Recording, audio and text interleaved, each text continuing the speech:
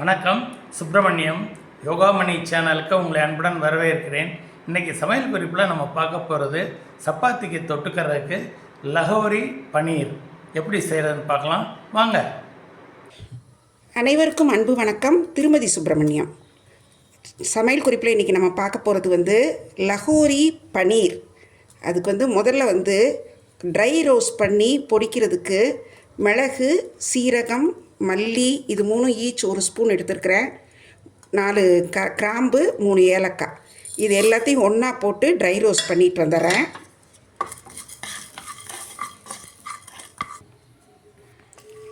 இது நல்லா ஃப்ரை ஆகிடுச்சு. இதை மிக்சியில் கொட்டிட்டு இது ஆறுனதும் நல்லா ஒரு பவுட்ரு பண்ணி எடுத்துகிட்டு வந்துடுறேன். பேனில் திரும்ப கொஞ்சம் எண்ணெய் ஊற்றிருக்கிறேன். காஞ்சிருச்சு. தீயை லோ ஃப்ளேமாக வச்சுட்டு ஒரு 1/4 கப் வெங்காயம் அரிஞ்சு வச்சதை இதில் போட்டு நல்லா முருகலாக வறுத்து ஆற வைக்கிறேன். இதுவும் நம்ம பேஸ்ட் பண்ண போகிறோம். இது முதல்ல நல்லா முருகலாக நல்லா ஃப்ரை ஆகணும். நல்லா முருகலாக வதங்கிடுச்சு. அடுப்பை அணைச்சி வச்சிட்றேன். லஹோரி பன்னீருக்கு தேவையான அந்த மசாலா பவுடர் மிளகு, சீரகம், மல்லி, ஏலக்காய், கிராம்பு ட்ரை ரோஸ்ட் பண்ணி பவுட்ரு பண்ணி வச்சுட்டேன். நல்லா முருகலாக ஃப்ரை பண்ண வெங்காயம் அதை மிக்சியில் போட்டிருக்கிறேன். முந்திரி பருப்பு ஒரு 12 முந்திரி பருப்பு தண்ணியில் ஊற வச்சுது. இது ரெண்டையும் முதல்ல நல்லா பேஸ்ட்டாக அரைக்கிறேன்.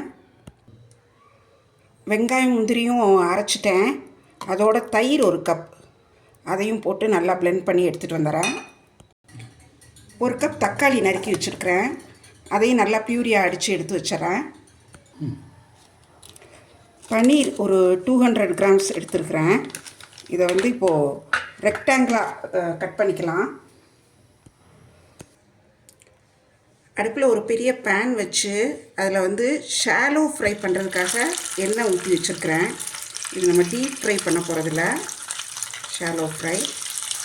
இது நல்லா 2 பக்கமும் நல்லா முறுமுறுன்னு வந்துடணும்.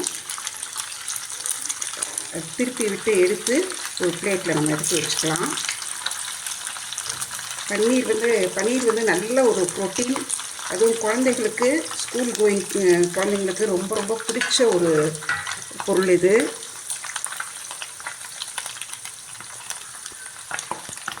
ஒரு பக்கம் நல்லா முறுமுறுன்னு ஆயிடுச்சு. திருப்பி விட்டுருக்கேன்.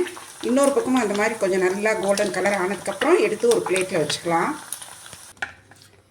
பன்னீர் நல்லா எல்லா பக்கமும் கோல்டனாக நல்லா ஃப்ரை ஆனதுக்கப்புறம் ஒரு பிளேட்டில் எடுத்து வச்சுருக்கிறேன். பேனில் கொஞ்சம் எண்ணெய் வச்சுருக்கிறேன். கொஞ்சம் சீரகம் 1 ஸ்பூன் போட்டு அது பொரிய விடுறேன்.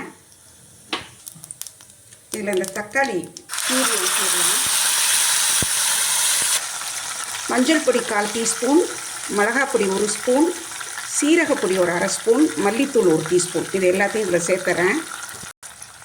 1 ஸ்பூன் கிச்சன் கிங் மசாலா, இதுக்கு தேவையான உப்பு,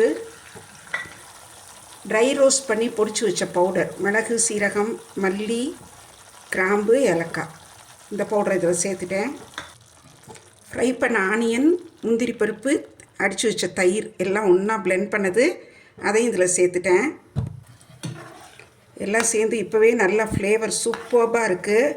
இப்போ இந்த மிக்ஸி இதெல்லாம் கொஞ்சம் நல்லா அலசி இன்னும் கொஞ்சம் நமக்கு தேவையான அளவு கன்சிஸ்டன்சி வர அளவுக்கு கொஞ்சம் தண்ணி சேர்க்குறேன்.